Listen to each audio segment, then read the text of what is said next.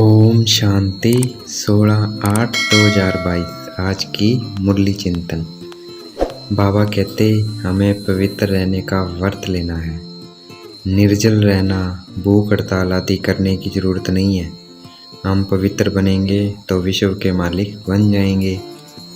इस समय दुनिया में सबसे अच्छा कौन है? गरीब है, क्योंकि शिव बाबा गरीब निवाज है। गरीबों को ही आकर मिलते हैं, गरीबों को ही साहूकार बनाते हैं। जो साहूकार हैं वो इस ज्ञान को नहीं सुनेंगे।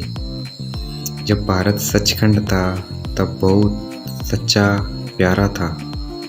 सचखंड बनाया था सतगुरु, सत बाबा और सत टीचर ने।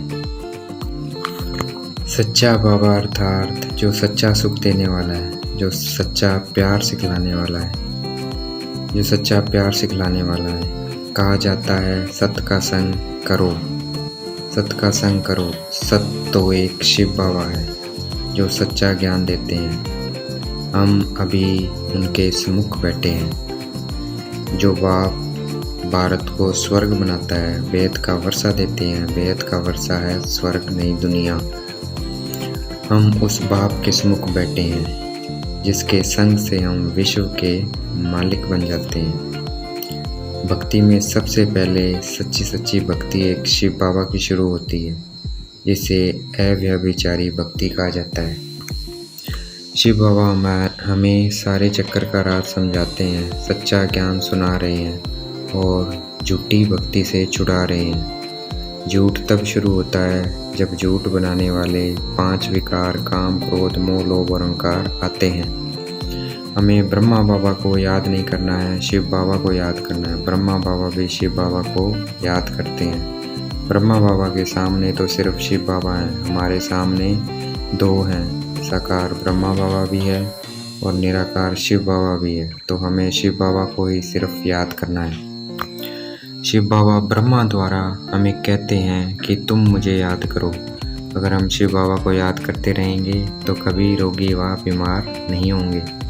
लौकिक में अगर पिता एकदम से शरीर छोड़ दे तो परिवार में सब दुखी हो जाते हैं और फिर बच्चों को शरीर निर्वाह खुद ही सर्विस करनी पड़ती है। ये है ही दुखधाम। परंतु वेद का बाप हमें कोई तकलीफ नहीं देता, सदा साथ रहता है और कहता है तुम सिर्फ मुझे याद करो और वर्षे को याद करो।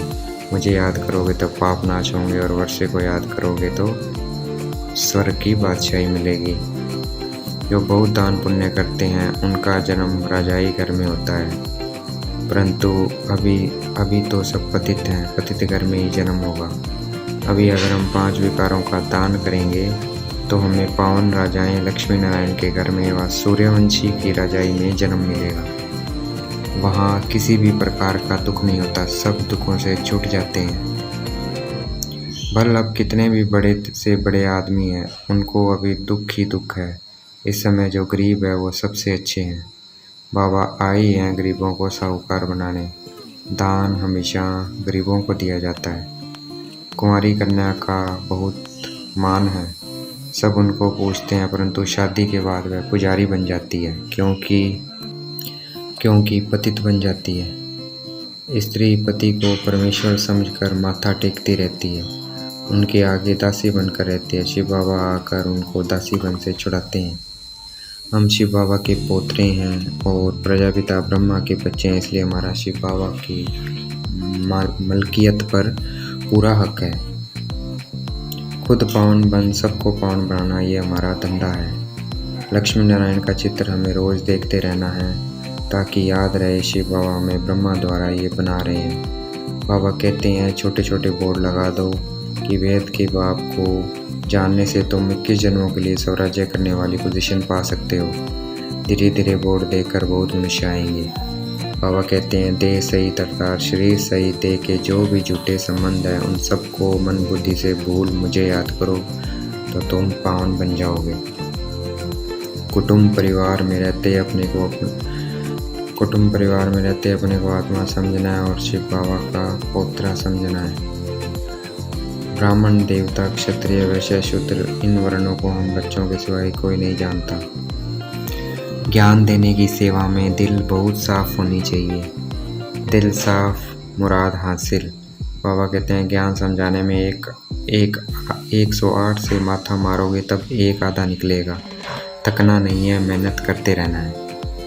आज की मुरली का वरदान, भाग्य और भाग्य विधाता की स्मृति से सदा खुश रहने और खुशियाँ बांटने वाले सहज योगी भव।